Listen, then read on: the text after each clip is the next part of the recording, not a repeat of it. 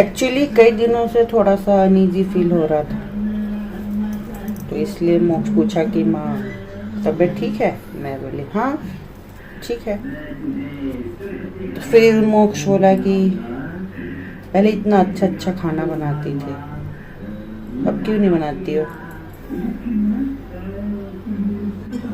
मैं भी सोचने लगी, बात तो सही कह रहा है। फिर मोक्ष बोला कि देखो माँ,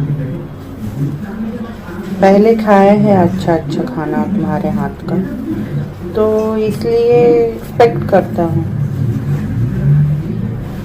कि फिर से पहले जैसा खाना बनाओ।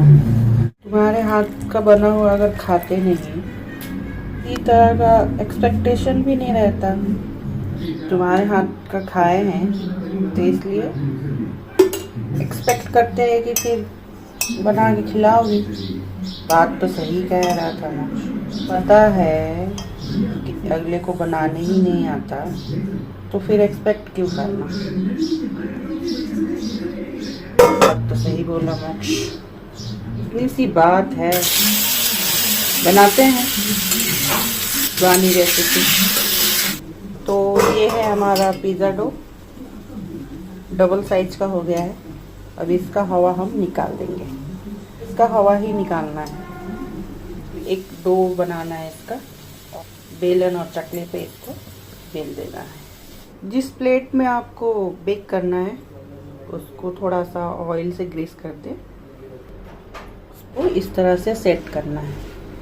ये इसलिए कि यहाँ हमें जो भी स्टफिंग करेंगे हम उसको बाहर नहीं निकलने देगा, और फोक से इसमें छेद कर देंगे।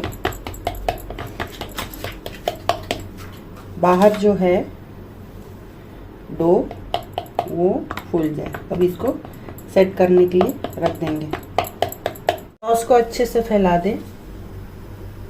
मोज़रेला चीज़, एक लेयर मोज़रेला चीज़ का। उसके बाद जो स्टफिंग है आपका, स्टफिंग इस पे सेट करें। ये पनीर है।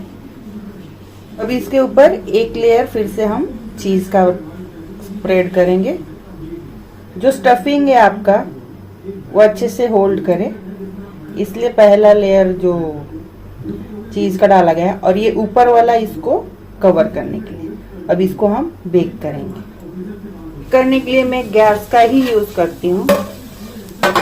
नमक है, ये हमारा गया पिज़्ज़ा। अब इसको हम ढक देंगे और जो फ्लेम है वो लो करेंगे। हम जो पिज़्ज़ा खाते हैं ये अमेरिकन पिज़्ज़ा होता है।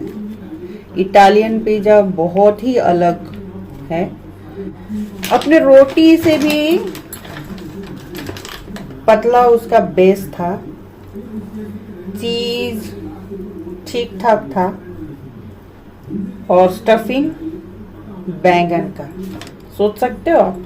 रेस्टोरेंट के जो मालिक है उनसे हमने बात की, तब हमें पता चला कि ये रियल इटालियन पिज़्ज़ा है।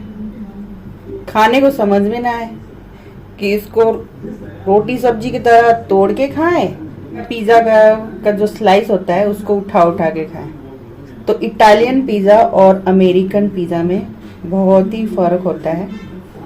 भरपूर स्टफिंग डालें अपने फैमिली के पसंदीदा और हेल्दी खाना खिलाएं।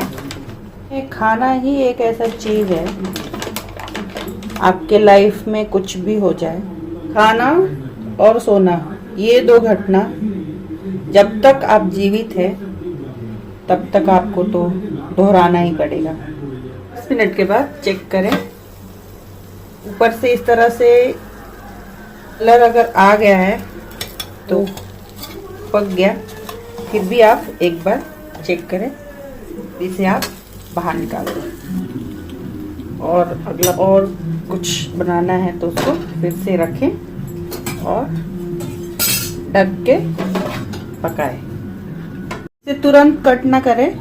कट करेंगे तो जो इसके ऊपर जो हमने स्टफिंग डाला है वो हट जाएगा। 2-3 मिनट इसे सेट होने दें। अब ये सेट हो गया है।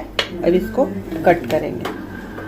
कट करने के बाद इस पे हम सीजनिंग को स्प्रेड करेंगे इस तरह से।